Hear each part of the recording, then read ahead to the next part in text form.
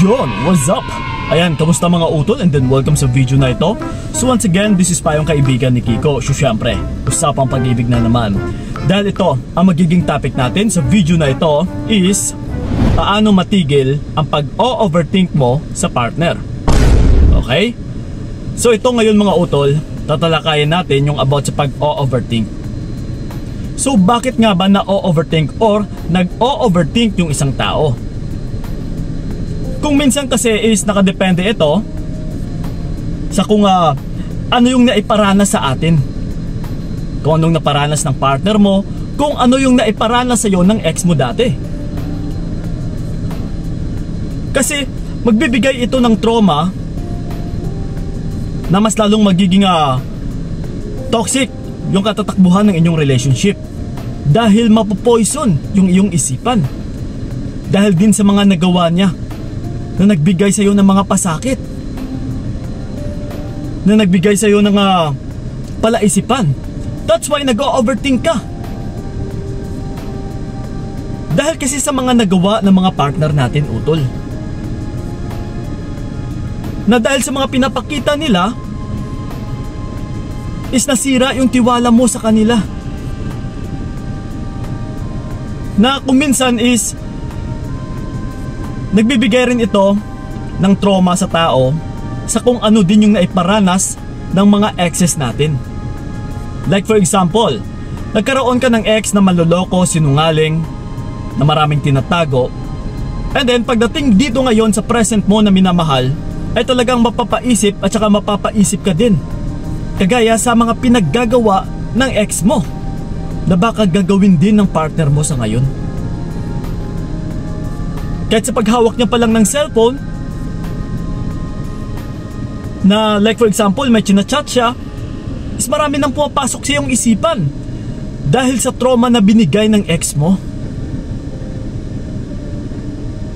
So same thing din ito ngayon sa present mo na partner, na kung siya din mismo ay nakagawa sa iyo ng kasalanan na pagsisinungaling, na may natuklasan ka sa kanya na tintago niya, ay mapopoison din yung iyong isipan, na maglilid utol sa mas lalo kang mag-o-overthink, na magkakaroon ka ng mental distraction, na mawawala ka sa focus mo sa buhay, na mawawala ka sa concentration. Kasi maglilid din ito na ikahahantong na mas lalo kang matatakot na mawala siya, na mabibigyan kanya ng takot, na mapapaisip ka na baka gagawin niya na naman kung ano yung natuklasan mo sa kanya na hindi ka aya-aya, na kahit nakatalikod siya or kahit na lumayo lang siya saglit is marami na namang papasok sa iyong isipan.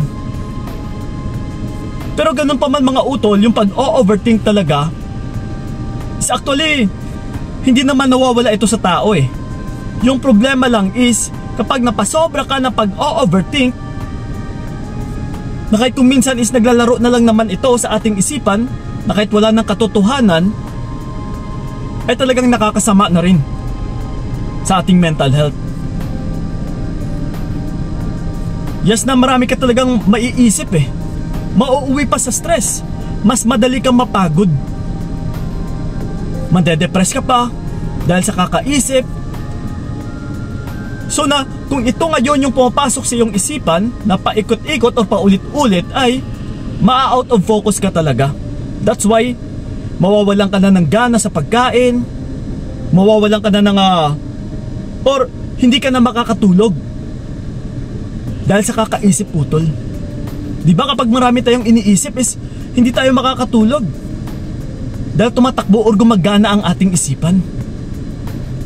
So and then kinabukasan, dahil wala kang tulog, wala kang kain, stress, pagod na pagod ang iyong katawan, na mas lalo mo lang talagang pinaparusahan, utol, ang iyong katawan, ang iyong sarili.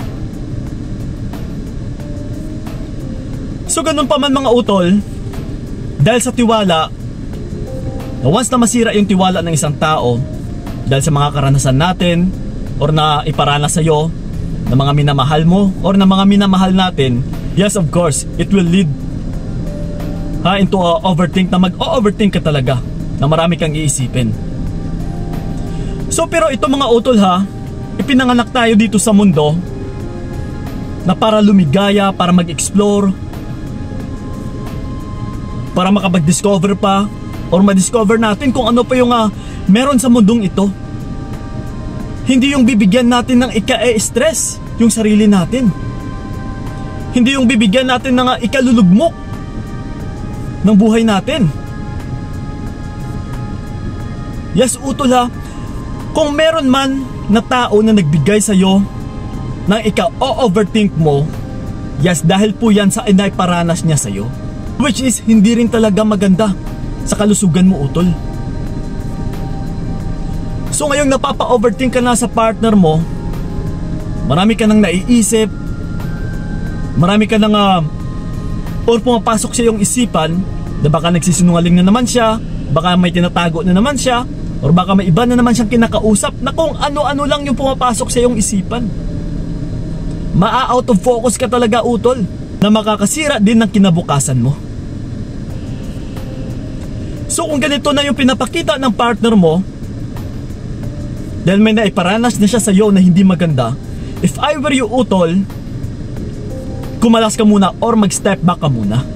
Pero like for example, kagaya sa nasabi ko kanina, kung naiparanas ito sa iyo ng ex mo, bigyan mo naman ng chance na pagkatiwalaan yung present mo na partner.